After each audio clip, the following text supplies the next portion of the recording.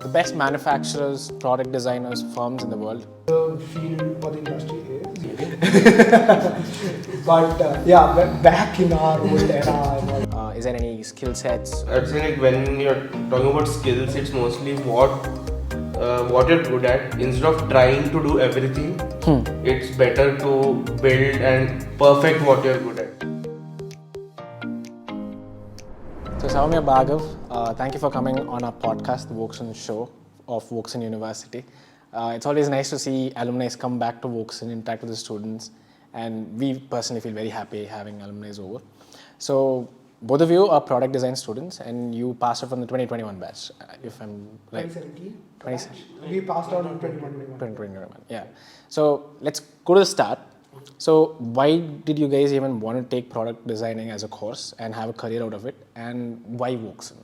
Okay. So I was lucky enough to have take up fashion design as a optional subject in my 11th and 12th, and I was seeing that I was doing great in that academically, but also like just the interest in like the whole design field.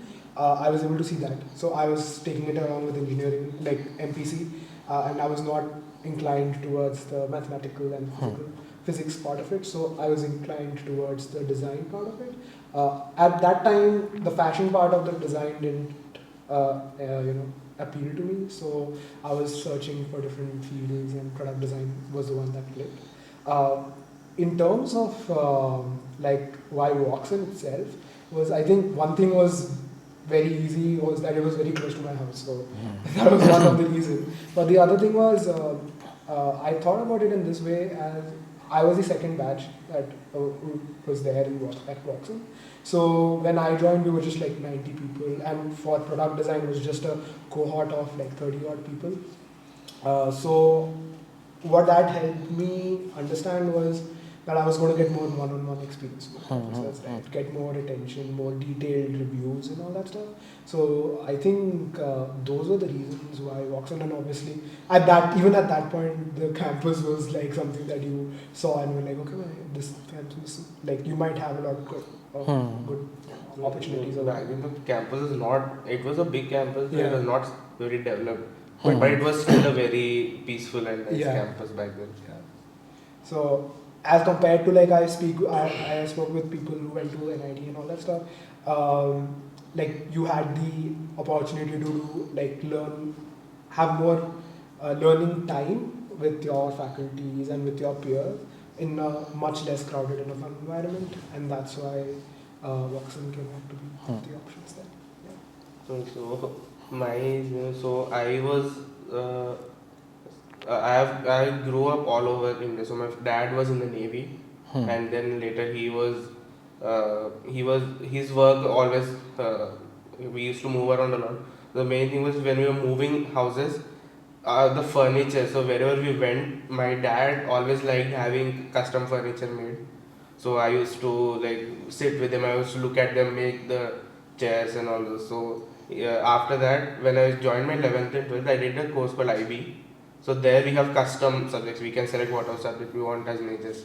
So I selected arts. So one of my teachers, the arts teacher, she told me that something called product design existed and this is what they do. So that was very interesting, and I wanted to go into that field. And the reason for choosing Woxsen is actually because one of my seniors, so he's also in Woxsen, is Dheeraj. He is the first batch of Woxsen. And he was my senior when I was in 11th and 12th. So he told me about Woxsen. He told me like it's a very nice campus. And I applied to many places. But as design as a very focused course, as in I've applied to Flames as well. There they had design but as a minor course. So it was not a major subject. I wanted to specialize in design. And obviously I was looking at his stories, I was looking at his photos he was sending me of the campus, the sunsets and everything. It was a very beautiful campus, so like this is a place I want to go. And once I spoke with a few faculty before coming on, so I like the vibe of the college, I like talking to the place, and I also wanted something where I could stay in a hostel. So my house is something where my dad always prefers going out. He doesn't, if if I have an option between staying home and going out, he always tells me to go out, go into the world, learn it yourself type. So that's the reason Woxsen had a hostel, but it was not too far away for me. I also stayed in Hyderabad, so it was not too far away for me. I could go home whenever I want. So that's the reason I was in Woxsen. Fair enough. So, apart from academics and the intense grind that specifically design students face, how was a campus life? How did it feel like? So back in our day, when we were there, we were just इतने भी talking बुढ़े about. नहीं है But back in our old era and all that stuff. No, but honestly, because there were not a lot of batches and not a lot of people, we were discussing, we were like 400, 500 people, right? So a lot of the campus was a lot more empty and it was a lot more free, and you would just go here, go there, a lot more free. It was really fun in that sense. We had like an amazing, what do you call, the beginning session, what is it called? The orientation. Orientation, where we went to the neighboring hills and did all the physical. So he was a retired army general, guy he was a retired army commanding officer. Yeah. He took our orientation. So he came, he took us out of the campus. We had to cross the wall, go out. We went on treks on the hills around there, like 2 or 3 hills around the campus. Went So into we a used to pond. go trek there. Yeah. We cooked Maggie on like firewood and all that stuff. The pond was also a very interesting experience. Yeah. So I think the campus and the campus mixed with the time that we were in, it resulted in a lot of memories that were made. And I think that goes with any college, right? You create memories, but especially because it was such a new college, we were such a new batch, we didn't even have the burden of rising up to someone or having to look up to someone and staying that name. We were setting that benchmark, and the campus just helped or enabled that. And also because we were the second batch, we only had our seniors, so everything we were doing is like we were setting it up for the future. So we used to, I think for the first 3 years we made our own like for Ganesh Chaturthi and all, we made our own sculpture Ganesh. We made our own idol. We had a puja for like 10 days. Then we had a Visarjan. We used to go to the lake in the campus. Like I think it's closed. It's in what was supposed to be a golf course.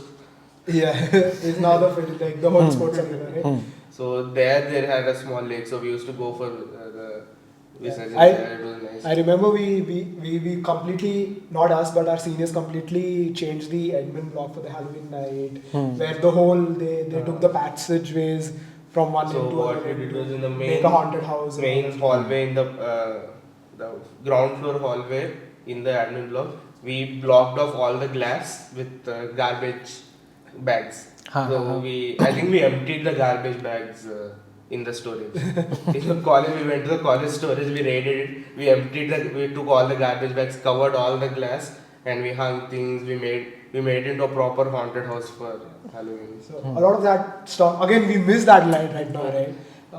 You don't get that in corporate life or something like that. True, yeah.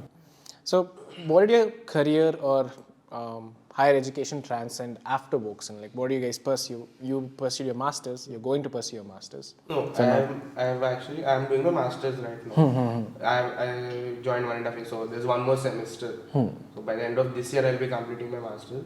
So after Woxsen, I worked for 1.5 years. So I did a little bit of product design and product development as well.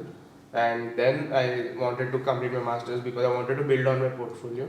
So I was looking for a place. So I started my masters, and after masters again. Yeah, and I come. So from Woxsen, I think the things that we learned in bachelors, you start to understand, you start to get into the weeds of your specialization. So you start to understand, okay, this is this type of stuff I've already done, and this is something that I'm missing and all that stuff. So by the end of 4 years, I was like, okay, I need to start upskill myself in these categories. So I started immediately pursuing my masters. I went to the US to pursue my masters in industrial design, and that's where I'm working right now as well. But for me, it was very straightforward because I wanted to grow as an industrial designer in one step. And obviously the building blocks that I've gotten from it, I think those are irreplaceable or unchangeable. my reason for actually going to work before masters was I wanted to get a bit of industry experience on how actually the manufacturing and everything works in the industry. So once I got to learn all of that, I think that actually helped me to change the way of change the way I look at design. So instead of just designing something for the sake of it looks good, now when I'm doing something I can look at it, it looks good and also it's manufacturable. So it is something that can be made easily. So I think it kind of changed the perspective of how I look at the product. Okay. So, the best manufacturers, product designers, firms in the world, for example, Apple, they have their own philosophy, which is influenced by Zen. And there are a lot more other firms as well. So, as a designer, did you guys have your own philosophy when you started designing? And if you did, how did it evolve and what is it now? Is there anything you look for while designing? I think at the starting few years, you're just trying to learn the skills. It's like the foundation year, you're just trying to understand what design is, right? At least for me, coming into the design field, I was completely like a noob. So I didn't know anything about design. So the first 2-3 years, 2 years was just me getting to understand what design is, what industrial design is. And in that point of time, you don't really start to create your own design style or design language. You're just trying to explore what all is out there. But I think like the way the field or the industry is, you need to make a distinctive style of your own, or do some stuff differently from others. Otherwise, if you're just doing something that someone else is doing, then there's no value for you. So that is, I think, a very crucial but a very baseline thing in our field, that somehow I need to be doing something different. And you start, once you do your, like, it might be in the way you ideate, it might be the way you model, it might be the whole workflow of yours. But that only happens once you do a lot of design projects. You go through that process multiple times, that you create your own type of style or your own technique. But yeah, that's about it. Well, I think when it comes to figuring out your own technique, it's mostly not exactly as a person, but as what you like looking at. So I always, even when I was here in my hostel room, I always had some plants on my. So I was always towards like the nature, and like I find like peace in nature. So even my designs as well, when I'm trying to design something, I try to use something that is natural, or it can be in a form or the look of it, or it can even be like the materials that I've used. Right? So it depends on a very personal level on what you like using and what you like doing. Like some people, like I think his Soumya designs are mostly minimal. They are very minimal and simple designs. He likes doing things like that, and some people like making very intricate designs. They have a lot of minute details in the designs as well. And I think that depends. We were just having this conversation with our second year students over here who are in industrial design. It depends on the type of design media you consume, right? So if I'm going through Lemanouche a lot, or I'm going through Pinterest a lot for design inspiration, and if I'm looking at certain types of design, I will tend to create those type of designs. And that is very important, to look at those and look at different type of stuff, so that when you're working, you can create what the client wants and not what you as a designer think is right. Okay. So the reason why we always insist every time an alumni comes here that we have a podcast with them is for the students here. Yeah. So this mostly is some way trying to help the students right now studying here. So in that lenses, what are the skill sets that you think that the UG students, especially in product design, should focus on, which you would suggest them, if there is any?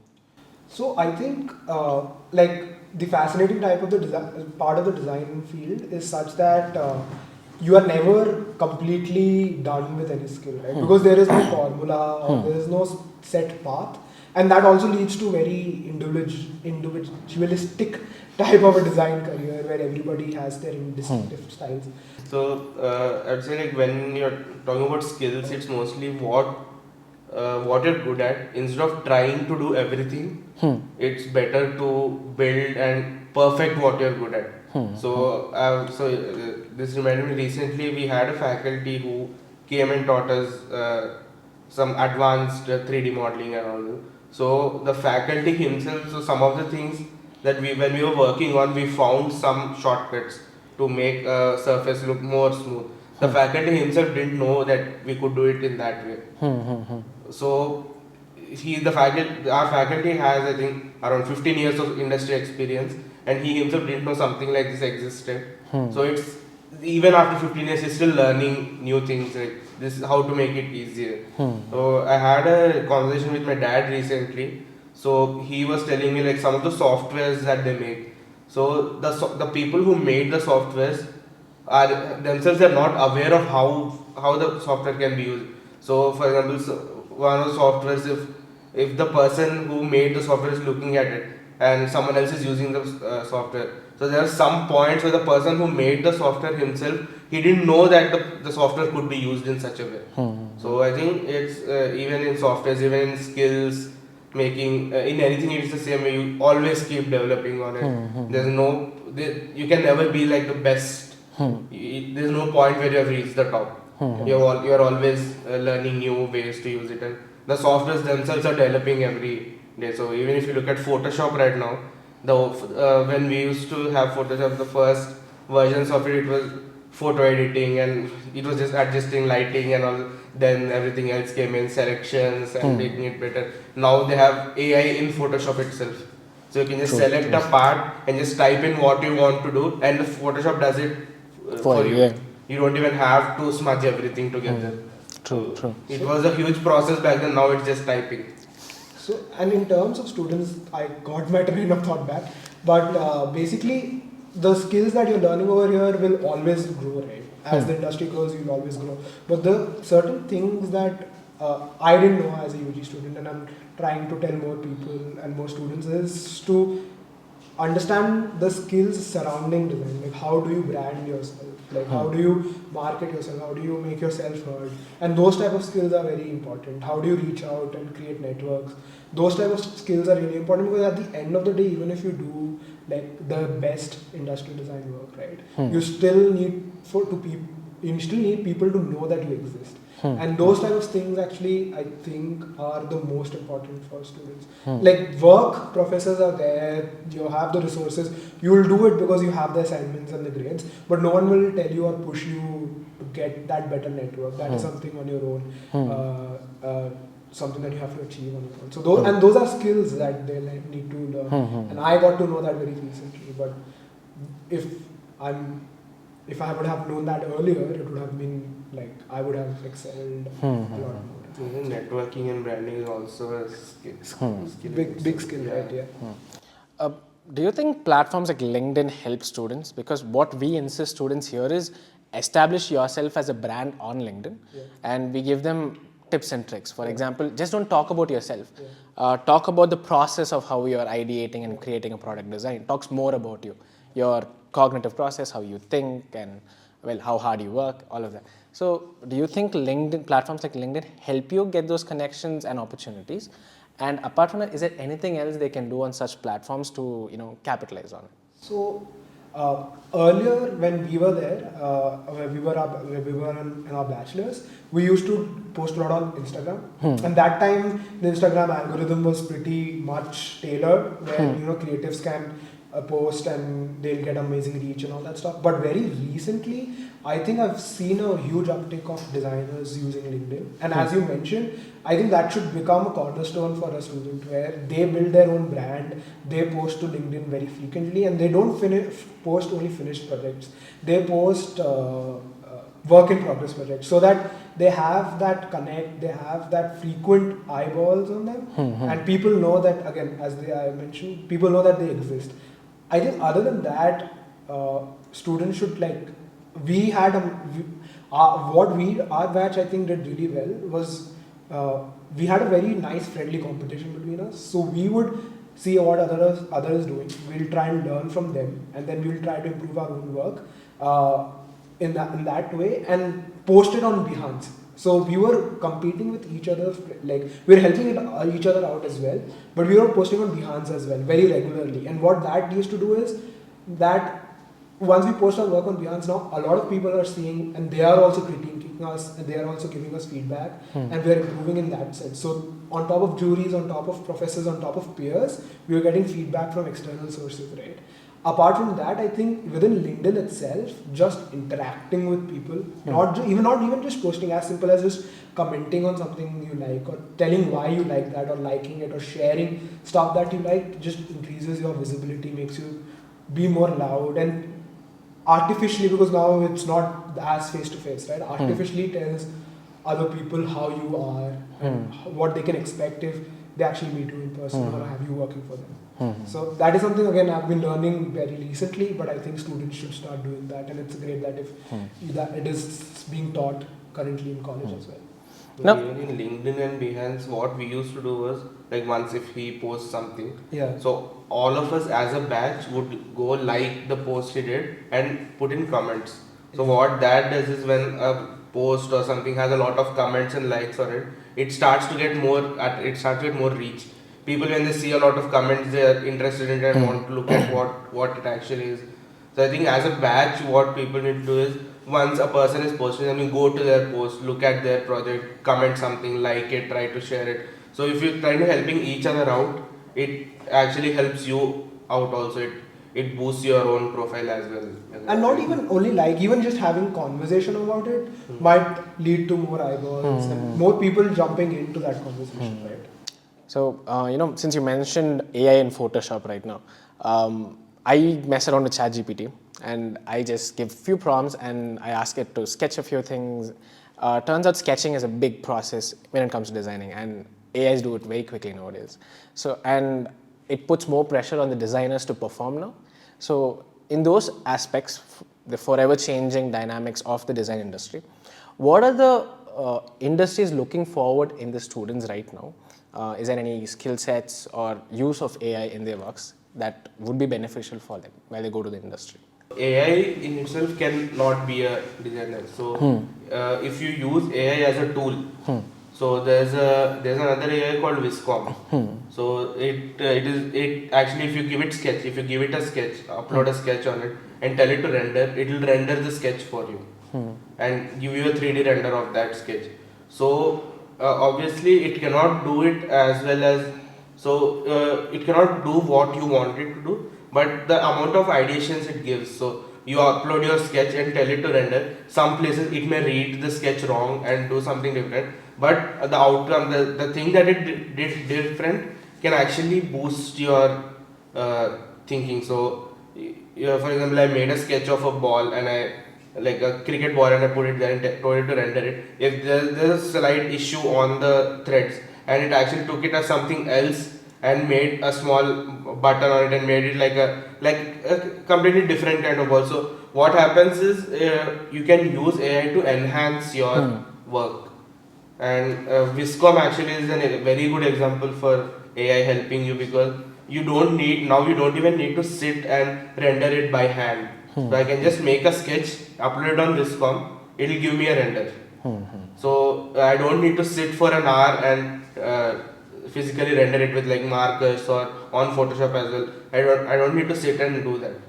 So it makes the work a little easier, but it should not be something that you completely depend on, saying it is the only thing that helps you. You can use it as one of the tools to help you develop your design. Yeah, I think definitely going forward, AI is going to be playing a big part in design fields and many design fields. I think of the AI a little differently. I've played around with different AI tools, and I found that the fidelity that they produce is still not at par. So I don't find many use cases in it. And honestly, there are different aspects of design, right? So I can spend one day and create a beautiful render of a product that might never be manufactured, but might look good and be Instagram worthy, might be something, get a lot of reactions on LinkedIn.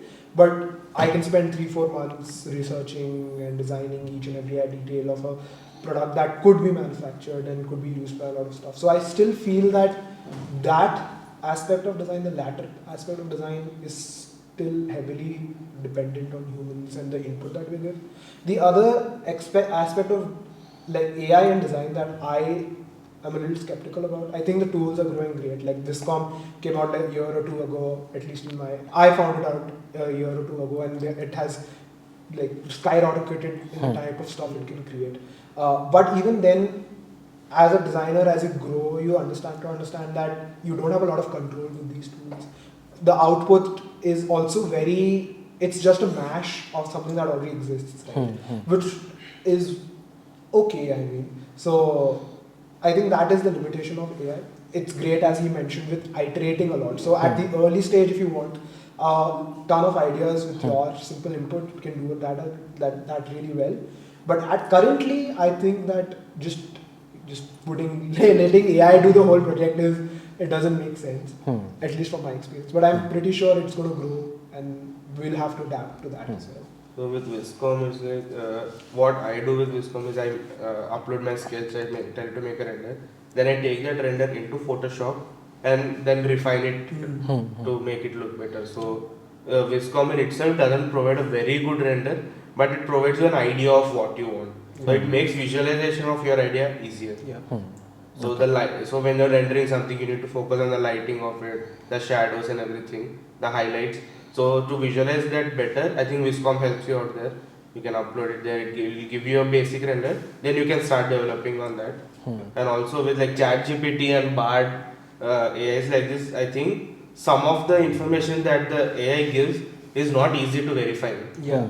So it gives you an answer for everything, but not a lot of the time it's not easy to verify. You can't verify if it's correct or not. I think verifying your research has to be a very important step when you're using AI. So currently, I think just blindly relying on AI might not be the play, but definitely I think people will like you'll get a lot of attention on your work if you use AI successfully within your portfolio. And I'm seeing a lot of people do that on Instagram as well. People who use AI well, their projects look good as well because they are using basically multiple minds for free or at nominal costs and creating tons of variations and all that stuff. So yeah, this brings us to the end of the segment. So the last thing that we want you to address is to the students here.